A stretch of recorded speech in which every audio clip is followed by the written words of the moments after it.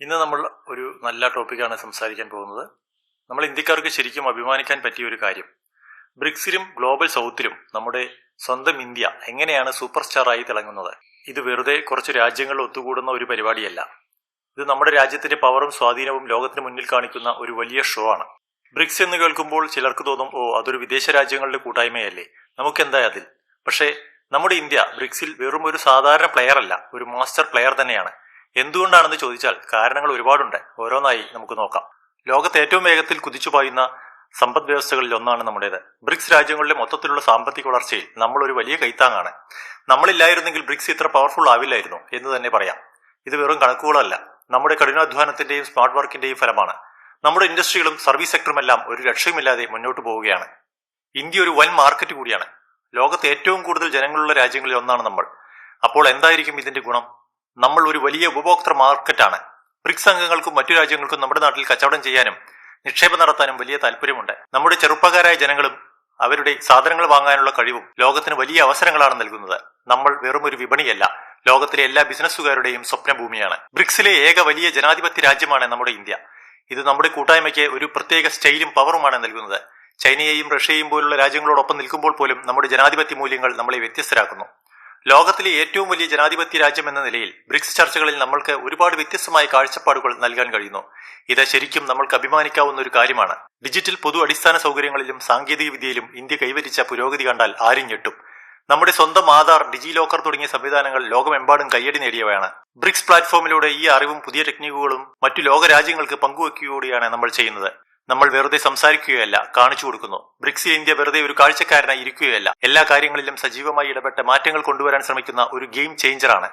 ആഗോള ഭരണ പരിഷ്കരണമാണ് ഇന്ത്യയുടെ മറ്റൊരു നയം. ഐക്യരാഷ്ട്രസഭ, അന്താരാഷ്ട്ര നാണയനിധി പോലുള്ള ആഗോള സ്ഥാപനങ്ങളിൽ വികസ്വര രാജ്യങ്ങൾക്ക് കൂടുതൽ പ്രാതിനിധ്യം വേണമെന്ന് ഇന്ത്യ നിരന്തരം ആവശ്യപ്പെടുന്നു.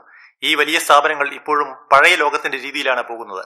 വികസ്വര രാജ്യങ്ങൾക്കും പ്രത്യേകിച്ച് ഇന്ത്യയെപ്പോലെ വലിയ രാജ്യങ്ങൾക്കും ആഗോള തീരുമാനങ്ങളിൽ കൂടുതൽ സ്വാധീനം വേണമെന്ന് നമ്മൾ ഉറക്കെ പറയുന്നു. ലോകം ഒരു വലിയ കുടുംബമാണെങ്കിൽ അതിലെ എല്ലാവർക്കും ഒരുപോലെ പ്രാധാന്യം വേണമല്ലോ.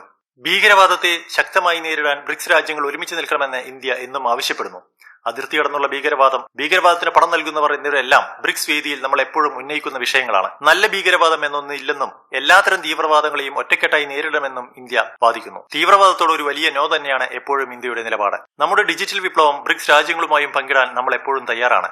നമ്മുടെ ഡിജിറ്റൽ വിജയഗാഥകൾ മറ്റുള്ളവർക്കും പ്രചോദനമാകും. പ്രത്യേകിച്ച് ഡിജിറ്റൽ പേയ്മെന്റ് സംവിധാനങ്ങളും ജനങ്ങൾക്ക് എളുപ്പത്തിൽ സർക്കാർ സേവനങ്ങൾ ലഭ്യമാക്കുന്നതിനുള്ള പ്ലാറ്റ്ഫോമുകളും പങ്കിടുന്നത് ബ്രിക്സ് രാജ്യങ്ങളുടെ ഡിജിറ്റൽ വളർച്ചയെ ശാക്തീകരിക്കും. ഗ്ലോബൽ സൗത്തിൽ ഇന്ത്യയുടെ ലീഡർഷിപ്പ് ആർക്കും തർക്കിക്കാൻ പറ്റാത്ത കാര്യമാണ്. ഇതിൽ നിന്നും ലോകത്തിന്റെ നേതാവായിട്ടുള്ള ഒരു മാറ്റത്തിലേക്കാണ് ഇന്ത്യ പോകുന്നത്. ഗ്ലോബൽ സൗത്തിലെ രാജ്യങ്ങൾക്കിടയിൽ ഇന്ത്യക്ക് പണ്ടുമുതലേ ഒരു ലീഡർ സ്ഥാനമുണ്ട്.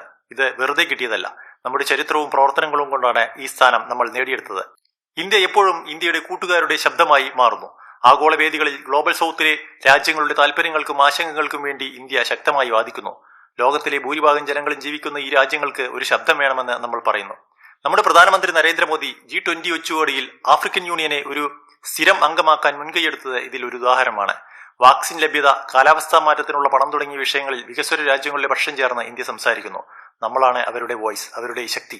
നമ്മൾ നമ്മുടെ വികസന അറിവുകൾ മറ്റു രാജ്യങ്ങളുമായി പങ്കിടുന്നു, അവർക്ക് പരിശീലനം നൽകുന്നു, സഹായങ്ങൾ ചെയ്യുന്നു. നമ്മൾ അറിവ് പങ്കുവെക്കുന്നതിൽ പിശുക്ക് കാണിക്കില്ല, കാരണം അറിവ് പങ്കിടുമ്പോൾ അത് വളരുകയുള്ളൂ. ഇത് നമ്മുടെ സംസ്കാരത്തിന്റെ ഭാഗം കൂടിയാണ്. ഇന്റർനാഷണൽ സോളാർ അലയൻസ് പോലുള്ള സംരംഭങ്ങളിലൂടെ പുനരുപയോഗ ഊർജ്ജ മേഖലയിൽ നമ്മൾ ലോകത്തിന് തന്നെ മാതൃകയാണ്. കാലാവസ്ഥാ വ്യതിയാനത്തെ നേരിടാൻ എല്ലാ രാജ്യങ്ങളും ഒന്നിച്ചു നിൽക്കേണ്ടതിന്റെ പ്രാധാന്യം ഇന്ത്യ എപ്പോഴും ഓർമ്മിപ്പിക്കുന്നു. ലോകത്ത് സമാധാനവും സ്ഥിരതയും നിലനിർത്താൻ ഇന്ത്യക്ക് വലിയ താല്പര്യമുണ്ട്. ഐക്യരാഷ്ട്രസഭയുടെ സമാധാന സേനയിൽ നമ്മുടെ പട്ടാളക്കാർ നൽകുന്ന സംഭാവനകൾ ലോകം അംഗീകരിച്ചതാണ്. നമ്മുടെ അയൽ രാജ്യങ്ങളിലും ലോകത്ത് മറ്റ് പ്രശ്നബാധിത പ്രദേശങ്ങളിലും സമാധാനം നിലനിർത്താൻ നമ്മൾ ശ്രമിക്കുന്നു. ഇത് നമ്മുടെ ഗ്ലോബൽ സൗത്തിലെ സുഹൃത്തുക്കൾക്ക് വലിയ ആശ്വാസമാണ്. വികസിത രാജ്യങ്ങളുമായും വികസ്വര രാജ്യങ്ങളുമായും നമുക്ക് ഒരു നല്ല ബന്ധമുണ്ട്. അതുകൊണ്ട് തന്നെ നമുക്ക് ഒരു പാലമായി പ്രവർത്തിക്കാൻ സാധിക്കും. ബ്രിക്സ്, ക്വാഡ്, SCO, G20 പോലുള്ള പല കൂട്ടായ്മകളിലും നമ്മൾ സജീവമായി പങ്കെടുക്കുന്നു. സങ്കീർണമായ ലോകരാഷ്ട്രീയത്തിൽ എല്ലാവരെയും ഒന്നിപ്പിക്കാനും നമ്മുടെ താല്പര്യങ്ങൾ ലോകത്തെത്തിക്കാനും നമ്മൾ ഒരു ബാലൻസിംഗ് ആക്ടറായി നിലകൊള്ളുന്നു. നമ്മളൊരു ടീം പ്ലെയറാണ്, പക്ഷേ ലീഡർഷിപ്പ് ക്വാളിറ്റിയുള്ള ഒരു ടീം പ്ലെയർ. അപ്പോൾ ബ്രിക്സിലും ഗ്ലോബൽ സൗത്തിലും ഇന്ത്യ വെറും ഒരു കാഴ്ചക്കാരനല്ല, എല്ലാ അർത്ഥത്തിലും ഒരു സൂപ്പർ പവറാണ്. നമ്മുടെ സ്വന്തം രാജ്യത്തിന്റെ ഈ ശക്തിയും പങ്കും ശരിക്കും അഭിമാനിക്കാവുന്ന ഒന്നാണ്.